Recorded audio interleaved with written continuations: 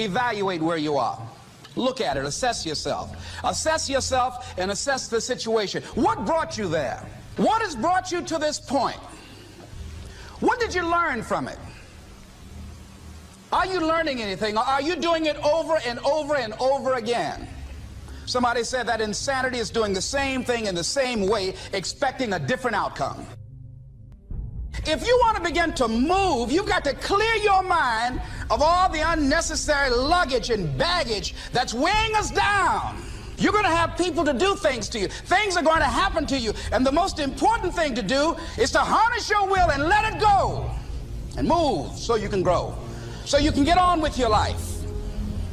It doesn't matter about what happens to you. What matters is, what are you going to do about it? I'm going to turn this situation around. I'm not going to sit back and moan and cry over what happened and what went wrong and who did what. I'm going to do something about this situation. The other thing is, take full responsibility for your life. Accept where you are and the responsibility that you're going to take yourself where you want to go. Someone said we have two primary choices in life. We can either accept conditions as they exist, or we can take the responsibility to change them. See, a lot of people want to exempt themselves from taking responsibility. All they want to do is talk about the problem. Every time you see them, they'll tell you their story over and over and over and over again. No. You want to take responsibility for your life. I got me here, I can get me out of this. And I'm getting out. I'm not going to be a volunteer victim. And so all you're looking for are new breakthroughs through practice and practice and practice. You'll get better and better and better. And there's still some things that will happen to you that will catch you on the blind side that you did not anticipate.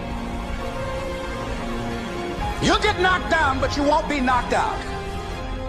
And so I say to you, it's possible you can live your dream if it's becoming a diamond, if it's having more, if it's achieving more, if it's being a better father, being a better mother, whatever it is, overcoming addiction, changing our society. It's possible you can live your dream. It's necessary that you have a plan of action, that you're resilient, that you stick to, and you work with the system, that you work with people, that you give support, and that you be there for them, that you have the vision and never give it up, that you become creative and relentless and keep on coming back again and again and again, and that it's you that you got to take personal responsibility to make it happen, and that it's hard. Easy is not an option. And when life knocked you down, jump back up and said, it's not over until I win.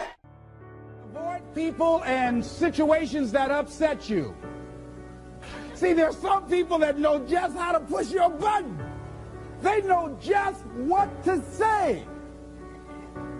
But I'm not going to expend any energy arguing with anybody. Life is too short, ladies and gentlemen, and unpredictable. I don't want to spend my time arguing with anybody, so I avoid situations that will get me upset. I don't argue with people. Draw the line, ladies and gentlemen. There are certain things that we just go through life just taking, and at some point, you just got to draw the line and just say enough is enough. You got to do that with yourself. One negative stroke is 16 times more powerful than a positive stroke. And if you have people around you who are not sensitive to who you are, and the people that can hurt you the most, ladies and gentlemen, are the people that you love. That you love.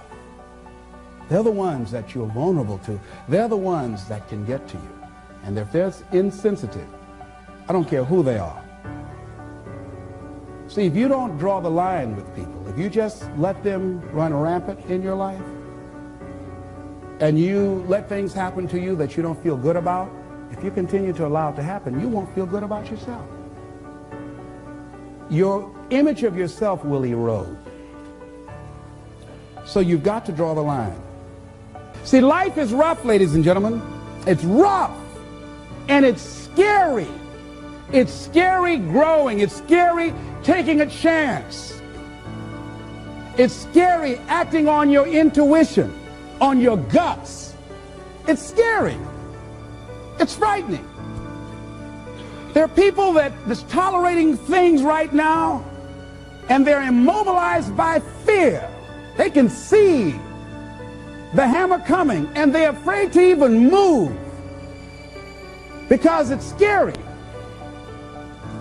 To go against the dominant thinking of your family, friends, and those people you associate with every day is perhaps the most difficult act of courage you will ever perform. See, when you start growing, when you start changing the way you walk, the way you talk, the way you act, the way you respond to things, the way you use your time, when you start saying, no, I can't do that. Why? You're too busy. You don't have the time. No, I have my own agenda. So if people can put you on a guilt trip, they will. And use you and abuse you over and over and over again. You got to draw the line. You have to draw the line on them. Don't go through life feeling like you're powerless. Victims are people that are powerless. You're not powerless. You are powerful. You direct the power in your life. Whatever your life is right now, it is a duplication of your consciousness. It's a result of how you have decided to use your power. That's all it is. That's not who you are. That's just a perverted use of your power that you aren't satisfied with. And you've got the power to change that. Wherever you are, how, I don't know. But I know you've got the power to do that. But you don't know what has happened to me. It really doesn't matter what has happened to you. See, the only thing that really matters is what are you going to do about it? That's all that matters. That's all that matters. What are you doing now? You're still here breathing. That means you've got some more to give. Doesn't matter how old you are. Doesn't matter about where you are. Doesn't matter about what you have. Doesn't matter about what you've done.